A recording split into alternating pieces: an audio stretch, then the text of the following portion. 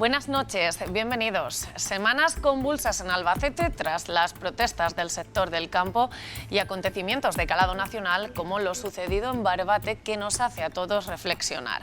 Hoy toca analizar lo acontecido con sentido común, de la mano de José Ramón Conesa, a quien recibimos ya en plató. Comenzamos. Bien, pues ya lo han visto. Hoy repasamos actualidad de la semana, una semana bastante convulsa. Lo hacemos pues con sentido común, con José Ramón Conesa. Bienvenido, buenas noches. Hola, buenas noches, Merce. Digo, tenemos una semana convulsa, sin ir más lejos, tras los acontecimientos que han protagonizado agricultores y ganaderos en todo el país. En Albacete no era menos y teníamos pues paros convocados en diferentes lugares, cortando autovías, carreteras y una protesta detrás en la que casi todos nos hemos hecho también partícipes, ¿no?, de esas reclamaciones. Vamos a empezar de lleno a analizar esta situación, como decimos, con sentido común. Bueno, yo tenía la intención de traer hoy como invitado a una persona que está muy vinculada a Saja, uno de los directivos de Saja. Desgraciadamente no ha podido acompañarnos, nos acompañará más adelante en otra ocasión. Bueno, sobre todo para conocer de primera mano exactamente qué es lo que está pasando, porque se habla mucho, todos tenemos una cierta información que vemos en la prensa o en las noticias. Verdaderamente no es un problema que haya aparecido de la noche a la mañana, esto no es un tema que aparece ahora. Por desgracia el campo viene sufriendo ese abandono, la palabra es abandono, por parte de diferentes gobiernos durante por lo menos 2 décadas. Y eso hace pues que los precios se hayan ido al suelo, que estén produciendo a precios por debajo de los costes de producción, valga la redundancia, y bueno, pues llega un momento que la gente se harta y entonces pues sale a la calle y protesta. A mi juicio, en el 90 y tantos % de los casos ha sido algo totalmente pacífico. Evidentemente, claro que ocasiona una serie de molestias a los ciudadanos que tienen que viajar para desplazarse pues a un trabajo o a cualquier evento que les pueda surgir. Pero bueno, están en su derecho, el derecho a la huelga es un derecho que está contemplado en la Constitución y por lo tanto pues hacen bien en protestar. Si por otro lado damos con un gobierno sordo, porque aparentemente es sordo, que no les hace caso, que no los convoca, que no les da la oportunidad de explicar cuáles son sus circunstancias y las soluciones que ellos tienen previstas, si encima tenemos una situación bueno, que desgraciadamente ahí sí que nos afecta a todos, como es el de la sequía, que además hace que la producción pues se vaya a los suelos, pues evidentemente es un cúmulo de circunstancias en las que el campo está patas arriba. Y no olvidemos que aquel país que se olvida del campo acaba pasando hambre. Eso es una realidad, no comemos tuercas ni llantas de coches, comemos alimentos que casi todo se procesa en el sector primario. Y bueno, es un verdadero drama el que están sufriendo y esperemos que recupere la audición este gobierno infame y los escuche y les atienda a sus demandas, que en principio nos parecen totalmente lógicas y desde Vox así lo vemos. Además, bueno, Vox siempre se ha posicionado al lado del campo y de estas reivindicaciones. Digo, aquí mismo en Albacete, ayer los agricultores se concentraban frente a la subdelegación de gobierno y decían, es que mantenemos las concentraciones porque no hemos tenido respuesta después de una semana de paros o de cierto caos, ¿no? Como decimos, todavía el gobierno no ha dicho nada al respecto. No, es que ni los ha recibido. Vamos, ayer el subdelegado del gobierno no recibió a nadie y hasta donde yo sé parece ser que no lo tienen previsto, ¿no? Nosotros estuvimos allí apoyándolos. Claro que Vox ha defendido siempre al sector primario. Vox defiende a todos los intereses que obviamente sean buenos para lo que nosotros entendemos que es nuestro país. Nosotros vamos a defender siempre primero lo nuestro. Es de sentido común que tenga que ser así. Lo anormal es que es lo contrario, ¿no? O sea, que favorezcamos que aquí lleguen productos de otros países, como el pimiento que viene de Turquía, o como las naranjas y la aceituna que viene de Marruecos, que se fabrica o que se produce a un coste inferior al nuestro, y encima no cumplen con las normativas que impone la Comunidad Económica Europea. Oiga, es que es una competencia no solamente desleal, sino que nos ocasiona o que le ocasiona una ruina a ese sector primario nuestro. Entonces, claro que vamos a estar al lado de ellos todas y cada una de las veces que necesiten de nuestro apoyo. Pues saltamos de un tema a otro, este también de calado nacional, porque en este caso trágica situación la que se vivía en Barbate, con 2 guardias civiles fallecidos, ha copado todas las portadas de periódicos estos días, precisamente porque ayer se convocaba también un minuto de silencio frente a ayuntamientos de todo el país y prácticamente estaban representados todos los grupos políticos y fuerzas de seguridad del Estado, aunque con alguna que otra ausencia también en este sentido, ¿verdad? Sí, tristemente la delegada del Gobierno no estaba allí. Debe ser que no considera que sea un tema importante ni susceptible de ese minuto de silencio. Ha dicho usted los guardias civiles fallecidos. No fallecieron, fueron asesinados. Vamos a empezar a poner las cosas, los puntos sobre las íes, porque es como cuando decían que ETA había asesinado, había ejecutado a un guardia civil o a un policía nacional o a un magistrado. No los ejecutaba. Ejecución es cuando se ha producido un proceso judicial, hay una sentencia, y gracias a esa sentencia, donde se encuentra a alguien que es culpable, en los sistemas penales que lo contemplan, se les aplica la muerte, y eso es la pena de muerte, la pena máxima, y entonces efectivamente es cuando se ha ejecutado. No, ETA siempre asesinó. Además de forma cobarde, siempre fue por la nuca, siempre fue con las bombas lapas, siempre fue contra no solamente miembros de los cuerpos y fuerzas de seguridad del Estado, sino también contra criaturas inocentes, como pasó en Torrevieja, como pasó en la casa cuartel de Zaragoza. Entonces, no han fallecido, han sido asesinados por esta gentuza que se dedica al narcotráfico, que llevan dedicándose durante mucho tiempo, que han visto que gracias a que se ha desmantelado bastante la situación tanto de medios como de personas que se dedican a la lucha contra el narcotráfico en esa zona de nuestra geografía, pues han visto una bicoca para poder seguir haciendo esos negocios vergonzosos y, por supuesto, ilegales. Entonces, bueno, pues tristemente 2 guardias civiles fueron asesinados. Es algo, bueno, nunca se les pagará a esos cuerpos y fuerzas de seguridad del Estado el esfuerzo que hacen, el riesgo que asumen. No está pagado, pero ni con dinero, ni mucho menos con una medalla a título póstumo, como pretendía colocar en uno de estos guardias civiles, en el féretro de este guardia civil, creo que fue en Pamplona, cuando su viuda, con muy buen criterio, se lo impidió. Le dijo que no, mire, guárdese la medalla donde a usted le venga bien, porque mi marido no necesita ninguna medalla. Mi marido tendrá que haber dispuesto de otras circunstancias para poder defenderse, y hoy por hoy no estaría muerto y habría dejado 2 criaturas sin padre.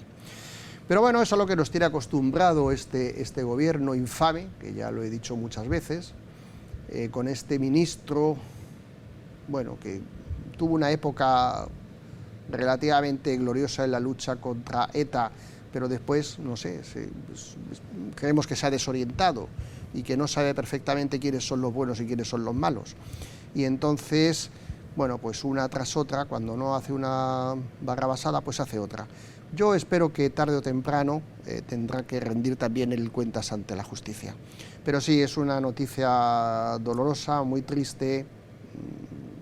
Bueno, es que no hay palabras para describir el asesinato de 2 hombres de bien, y uno que también está herido en estado grave todavía, aunque parece ser que no corre peligro, no peligra su vida.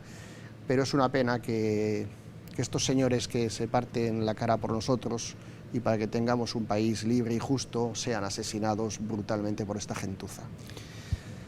José Ramón, es que esto precisamente, bueno, pues mencionaba la parte, ¿no?, de poner un poco en las cuerdas al Ministerio del Interior, porque precisamente se ha dado a conocer la falta de medios que tenían. O sea, estos asesinatos se han producido porque no tenían cómo defenderse ante las situaciones que lamentablemente viven a diario, viven en esta zona del país pues con demasiada asiduidad y precisamente los medios no acompañan al trabajo. Claro, esto es como si ponemos a vigilar un banco a un señor con un tirachinas. Exacto. Y nos extrañamos luego de que entren a robar una serie de cuatreros y vayan con armas semiautomáticas. Pues evidentemente las probabilidades que tiene ese señor de que lo asesinen son elevadísimas, no tiene escapatoria, no tiene solución.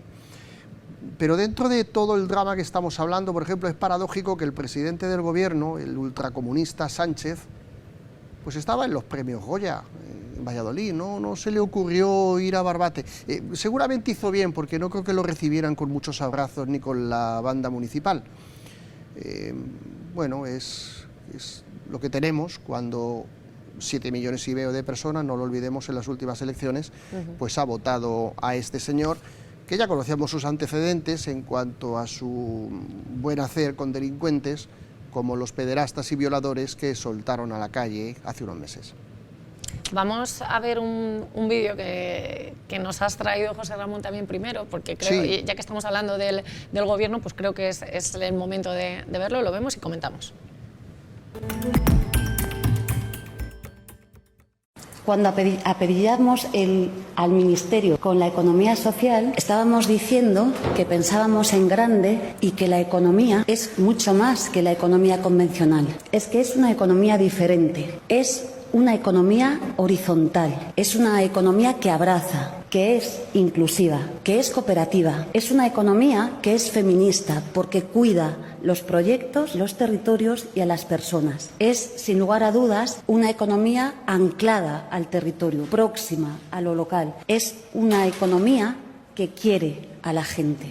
Y es una economía ambientalmente justa. Y esto lo saben muy bien las personas que hoy están aquí. La definen de manera especial como una economía resiliente y, sobre todo, especialmente democrática. ¿Y por qué es especialmente democrática? Estamos democratizando la economía en nuestro país. Porque hablar de economía social es hablar de formas jurídicas que están muy próximas a nosotras, pero que a veces no las vemos. Es hablar de las cofradías de pescadores, es hablar de las cooperativas de nuestro país, es hablar de otra manera de hacer economía, próxima, amable, feminista, sostenible.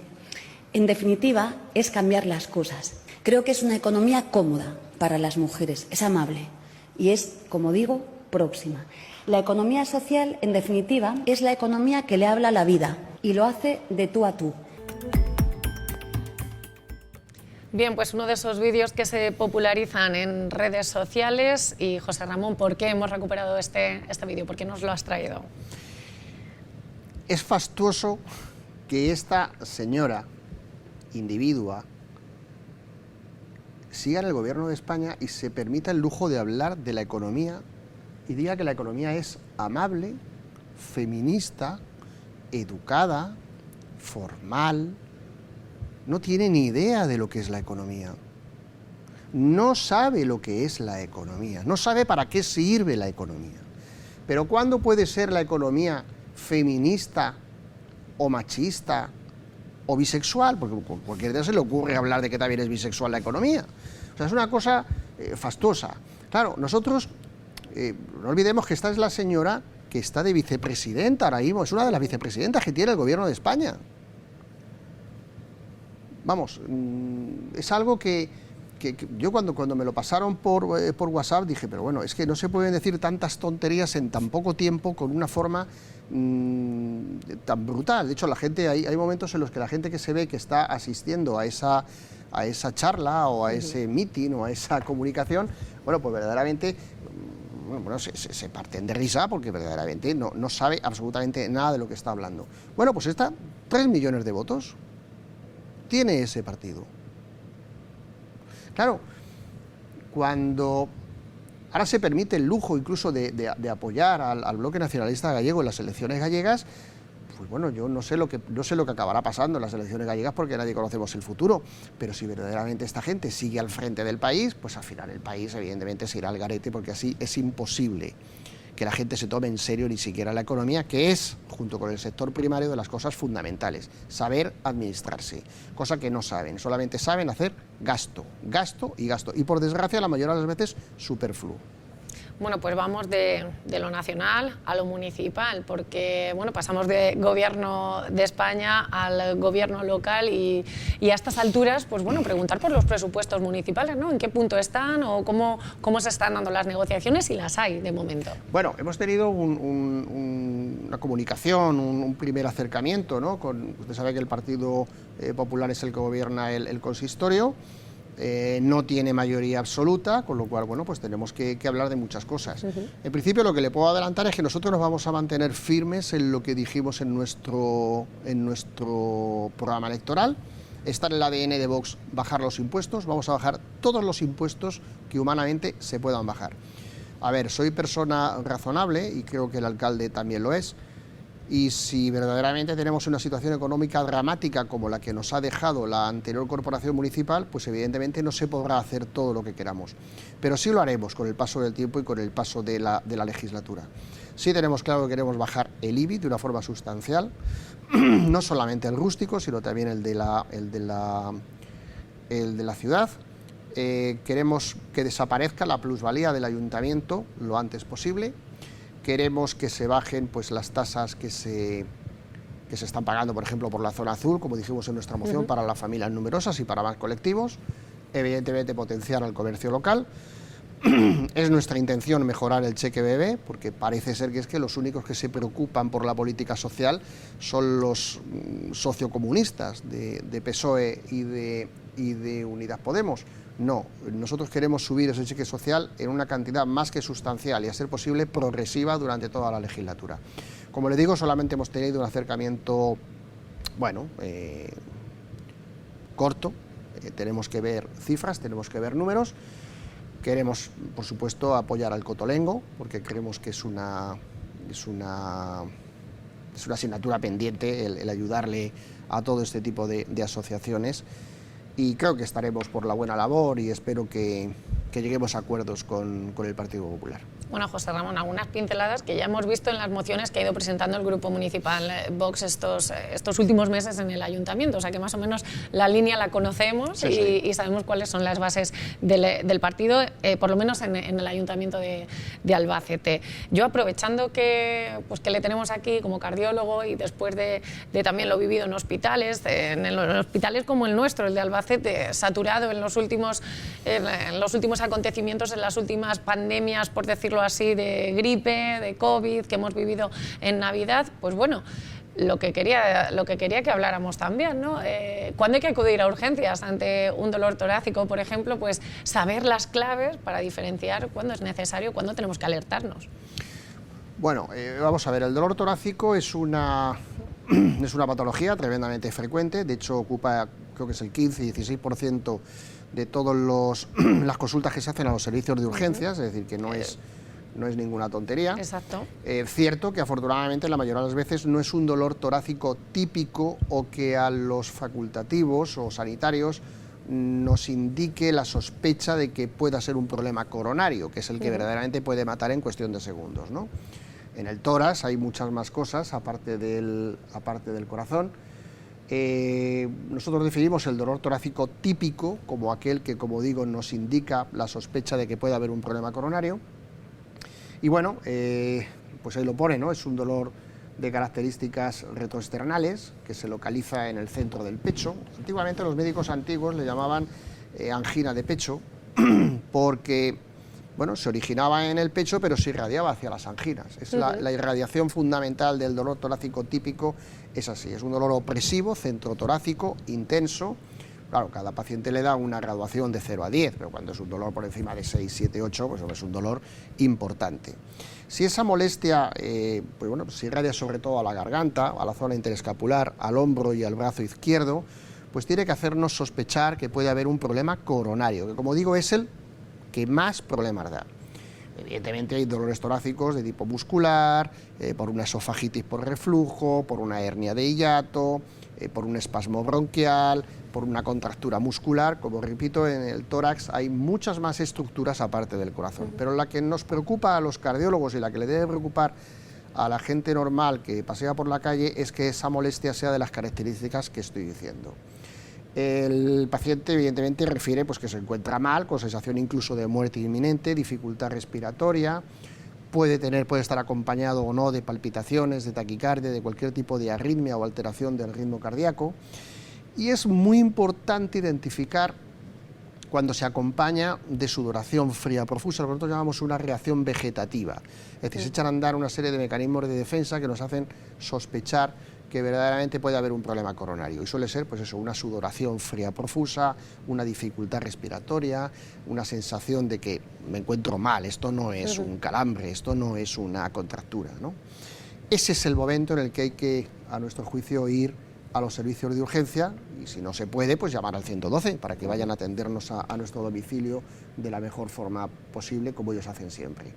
Claro, cuando llegamos, ahí está un pequeño diagrama que he hecho para que se entienda más o menos, no sé con la letra tan pequeña si se podrá ver, pero fíjense que bueno, lo que es ahí está la localización del dolor.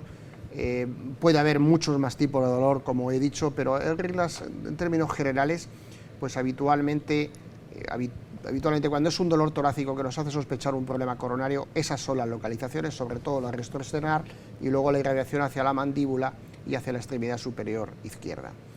Si se acompaña, como digo, de esa reacción vegetativa, hay que ir a un servicio de urgencias. Los servicios de urgencias están perfectamente capacitados y cualificados para descartar si se trata de un problema coronario o no.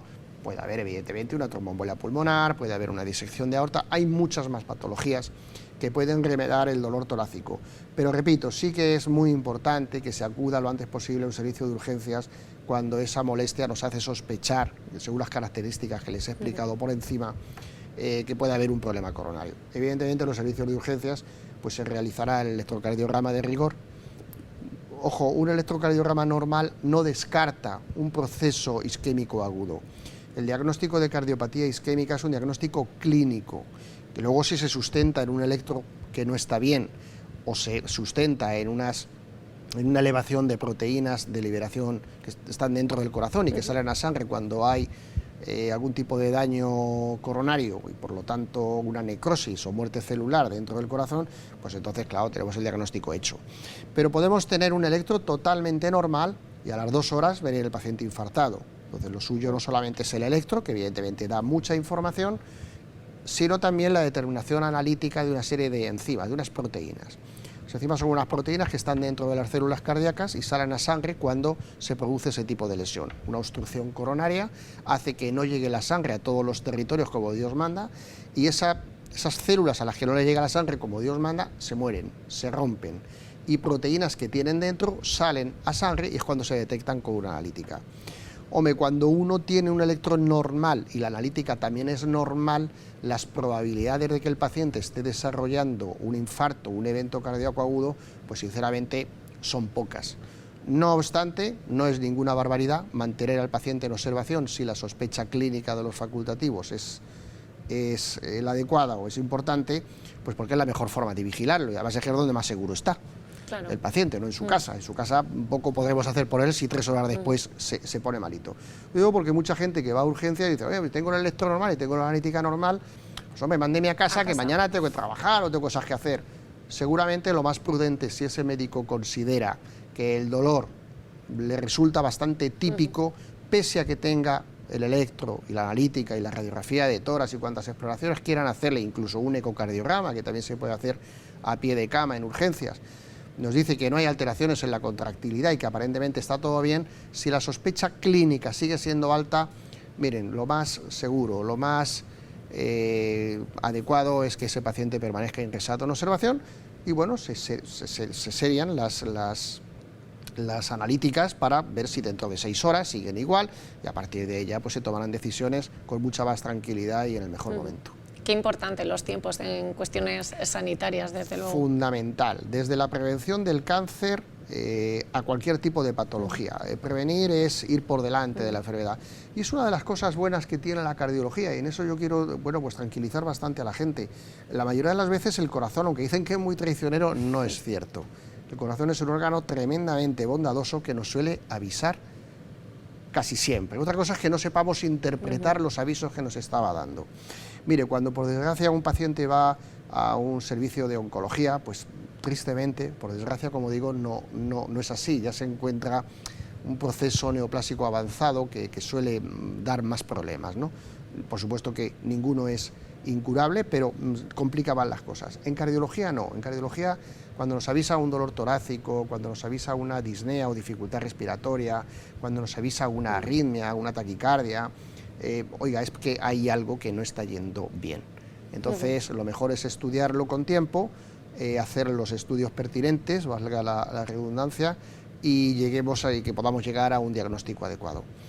Y eso es fundamental. Cuando alguien de verdad se nota un dolor torácico de las características que hemos dicho, y las repito porque creo que es importante: opresivo, centrotorácico, irradiado hacia mandíbula, extremidad superior izquierda o la zona media de la espalda, y que se acompaña de sudoración profusa, malestar general, dificultad respiratoria, mire, váyase a un servicio de urgencias si puede cuanto antes, y si no puede desplazarse por el motivo que sea, bueno, pues avise al 112, que seguramente le atenderán como ellos saben, e intentarán solucionar el problema y derivarlo al hospital o al centro sanitario más cercano. Bueno, pues un día perfecto para hablar del corazón, el día de San Valentín, bueno, sí, y también sí. día de las cardiopatías congénitas. O Así sea que es. al final cerramos el círculo en este 14 de febrero, que hay que cuidarse el corazón por todas partes. Así que... A ver, todos los órganos son vitales. La gente dice el corazón, pero también lo es el tubo digestivo. Hombre. Lo es el aparato genitourinario, y lo es el locomotor. Hombre, el locomotor es muy raro que te dé un problema vital, ¿no? El aparato cardiovascular, el sistema neurológico, evidentemente el tejido vascular periférico, por supuesto que son los que más pueden complicarte la vida en un pequeño espacio de tiempo, ¿no? Pero bueno, todo en medicina es importante, todos los órganos cumplen su función, por eso están ahí. Y bueno, todo lo que se pueda prevenir es fundamental. Evidentemente, pues todos los hábitos tóxicos hay que abandonarlos o hay que usarlos lo menos posible. Y bueno, pues la prevención de factores de riesgo, que todos sabemos, como diabetes, hipertensión, colesterol y por supuesto tabaquismo. Pues un placer, José Ramón, Muchas con gracias. esta noche, a poder hacer este repaso a la actualidad que normalmente hacemos con sentido común, pero además poder tener pues estas pautas a seguir para prevenir situaciones que no queremos vivir nadie. Además, yo les animo, saben que los programas se quedan colgados en nuestra página web, www.vision6.tv, y ahí pueden encontrar estas pautas a seguir y otros muchos contenidos. Pero mira, lo tienen muy a mano, esto queda ya para la posteridad también. Fenomenal. Nos vemos el martes que viene porque tenemos pleno. Dentro de dos. Dentro de dos. 2 miércoles. 2 miércoles, El día exactamente, 28, que tenemos plenos cambiados de día. Sí, estamos ahí con un tira y afloja con el tema de los plenos, porque coinciden con otros trabajos o con otros cargos de algunos de los concejales. Y la verdad, vamos un poquito Nos a perdemos contrapié. todos ya un poquito. Pero si Dios quiere, el día 28, pues Exacto. aquí estaremos para hablar del pleno. Vamos a presentar nosotros una moción que creo que puede ser muy interesante, y poco más. Pues emplazados quedamos. Muchas gracias, José Ramón. Gracias a usted. Y Buenas ustedes, noches. ya saben, dicho queda, les emplazamos para ese día 28 y repasamos la actualidad de Albacete, actualidad nacional, con sentido común, como cada martes.